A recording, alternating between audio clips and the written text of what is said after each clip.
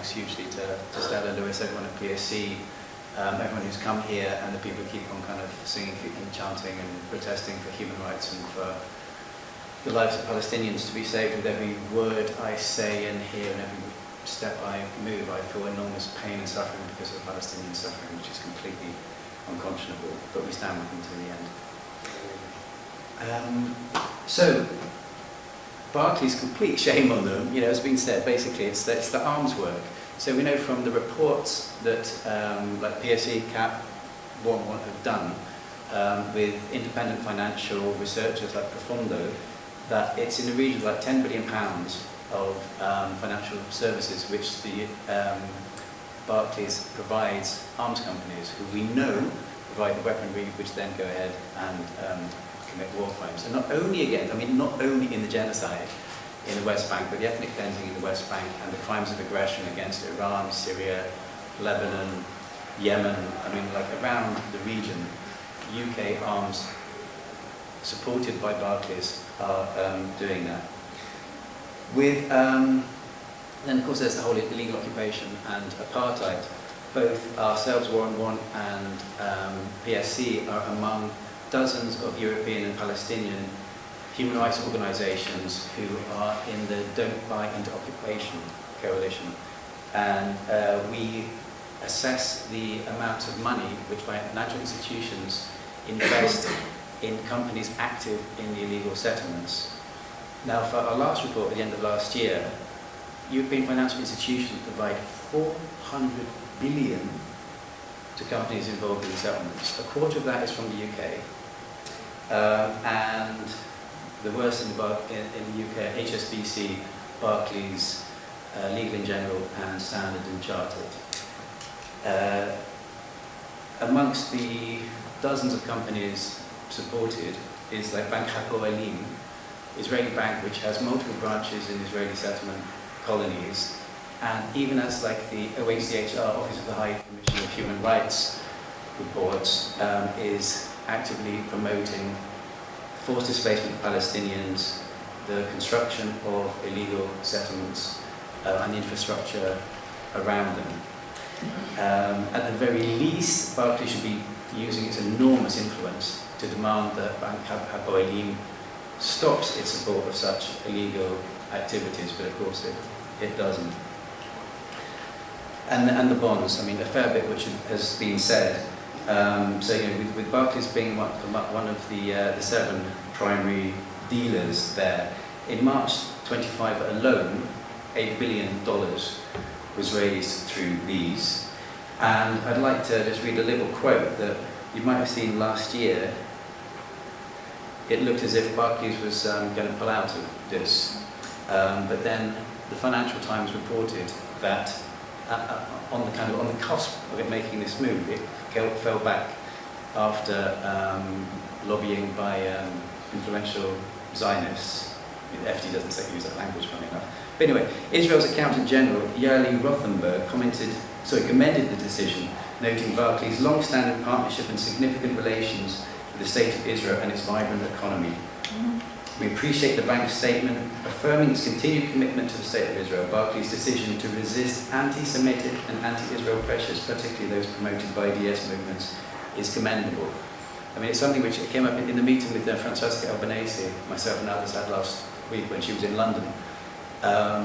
She said that it really appears to be the case that so many of these financial institutions and corporations have the intent, it's not just making money, they have the intent and the purpose to be supporting Israel in this when you look at decision making higher up. And then of course with the bonds, who is the Minister of Finance who oversees the bond process? None other than Bezalel Smotrich, vehemently racist, ultra-nationalist, even sanctioned in a personal capacity, lamentably, by the UK government for his criminal activities. He is the ally of Barclays and others in this. Amongst the activities which many of us have been getting up to, just wanted to add two, that there's the reports we mentioned, and War on Want has been campaigning against Barclays for more than a decade now, and then that's kind of resurged in its great partnerships with PSC and campaigning against the arms trade.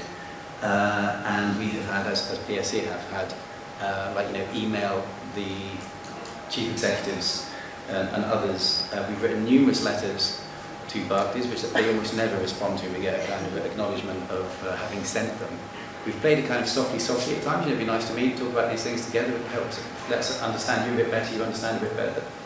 None of that. Damn them.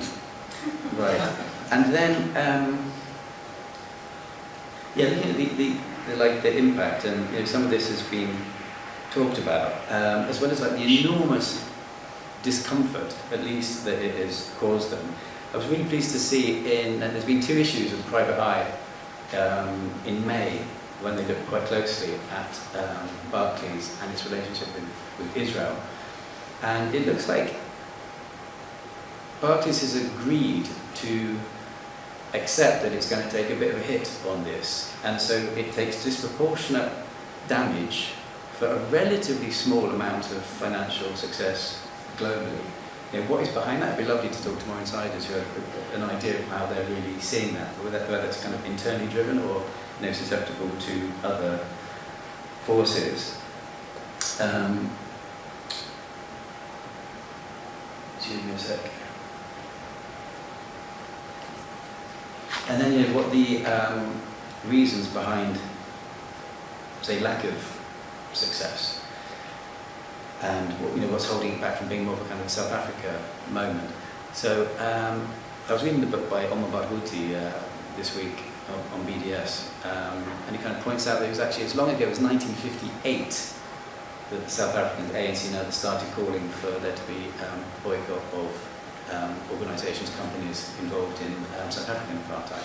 And of course it's really through the 70s and 80s where the pressure was particularly strong in the UK and the US that this finally led to apartheid supporting Barclays to pull out in 1986.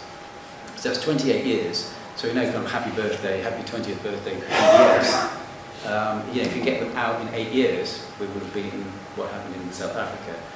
But at that time, as heinous as Margaret Thatcher and others were, I think that some of the structural support which Israel has been getting outweighs even what apartheid South Africa. So we can all see how appalling our establishment media has been around this. So while it became kind of beyond the pale to be supporting racist white South Africans against the indigenous black population, it's less portrayed like that, and you won't get people on the BBC or Sky talking about the ICJ, the International Court of Judges advisory opinion, which found there to be apartheid being perpetrated against Palestinians in the occupied Palestinian territory, many years after other organisations had found it themselves. You don't get them referencing when anyone from the Israeli elite comes on that, of course, the Prime Minister and former Minister of Defence have wanted war criminals. The ICC has demanded their arrests. That the ICJ in January last year said that it's plausible that genocide was being committed, and now there's almost complete consensus in the world that is taking place, but you won't hear that in the major media. It is a year next week since the advisory opinion was issued by the ICJ on the illegal occupation, including the finding of apartheid. Our government has been absolute, insert the worst word you know, about this, for having done nothing. It's just sat on its bloody fingers when it is obligated under international and domestic law to be taking steps to prevent trade or investment relations that assist in the maintenance of the illegal occupation. Our government has done absolutely nothing. And so Barclays has walked into that space, that inertia, the impunity to get on and kind of make its money and support the Israeli initiatives in this. Also, it's funny, it's happened just like the UN Square just across the way from the Central Hall.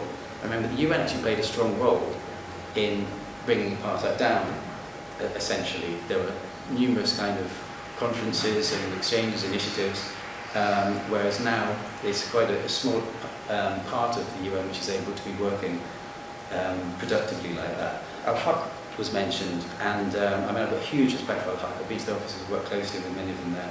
a month or two ago, I was in a meeting with some of them here, and we talked about, what is it in the UK? We've got such enormous support for Palestinians and against the genocide, apartheid, etc., but it doesn't quite translate into policy. And one of them said, I think actually Unite is one of the biggest obstacles here. I used to be a member of Unite, I can't be now, I left it some time back. But you would have seen that there was a great resolution passed yesterday or the day before, with an awkward caveat, which seems to let where the leadership might be able to find a way of getting themselves out of it. But if that goes through properly, I mean, that could be a massive transformative change. Now, as we mentioned also, the Special Rapporteur report gives extra attention to Barclays. There's a report which international humanitarian and human rights organisations, including Rome One, have signed up to, which will come out in September, which gives further information about the heinous role of Barclays in supporting illegal settlement colonies and occupation. And in September, it will be an anniversary since the UN General Assembly, which itself had requested the advisory opinion from the ICJ, had then voted overwhelmingly to demand that the illegal occupation ended by September this year, 2 months' time. That's clearly not happening, but it's mandated to happen. But all the more attention we can do on that, the better. Right. Oh, and sport. Again, Louis spoke about this, and it's throughout sport, from the Premier League, Women's Super League, local level. I mean, my little lad, Dexter, plays at a place in Brixton, which is sponsored by Barclays. Barclays presents itself as supporting marginalised communities, and as a way of doing that, we've got a big Barclays sign outside the sports centre in central Brixton, which does that. It's absolutely abominable. But I also kind of take succour from some of the great things which so many people are doing around them. As some of you know, like my old colleague Malaya, I've kind of been a fan of Dulwich Hamlet, like an 8th tier football team. Their women's team got to a regional final against Clapton Town, played in Maidenhead. Some of you may know that. Maidstone. Maidstone, sorry, yes, thank you. I was one of the We were there. Brilliant, brilliant. Appallingly, someone from the Maidstone club or stadium owner or something kind of went to the teams saying, your fans have got Palestine flags, tell them to take them down or the game is cancelled. It's like, what? Yeah, they're not doing anything, they're not calling anything bad, they're not using bad language or saying anything offensive. And the players from both sides refused. So Maidstone actually closed the game. The game wasn't won. It would never be rescheduled. No one won it. But I think it was a real kind of little stand for Palestine. I thought that was wonderful. On that little note, I will sit down again. Thank you very much.